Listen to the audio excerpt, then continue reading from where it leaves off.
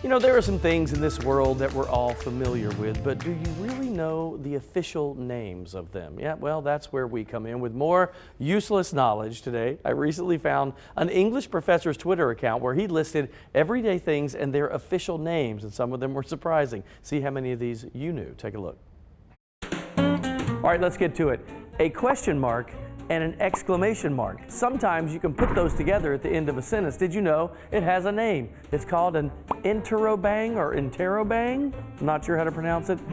I suffered from this as a kid. My teachers said they couldn't read my writing. Illegible handwriting is actually called griffonage.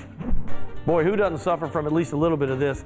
Difficulty getting out of bed in the morning is actually called dysania.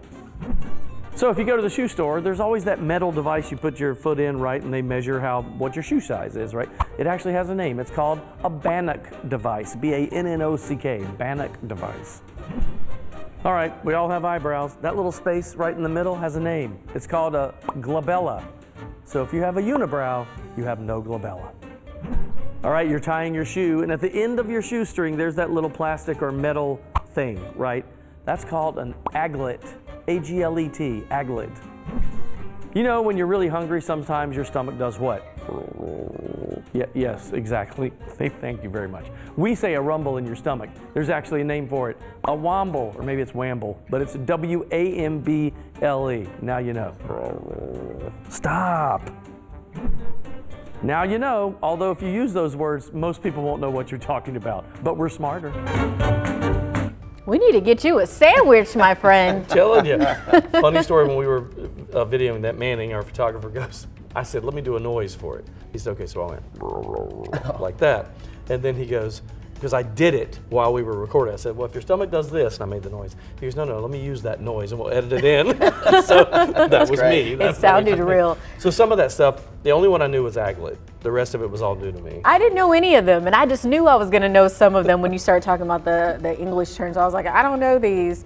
But I think you've diagnosed me with something. Dysania. Yes.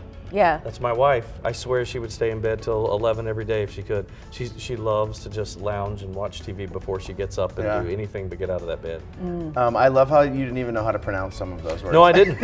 I wouldn't have either. But I had to be transparent. We went online and looked and tried to, some of them we couldn't find a pronunciation for. Oh no. Interrobang or whatever that is a question mark. And see, and I didn't know. Interrobang. Interrobang.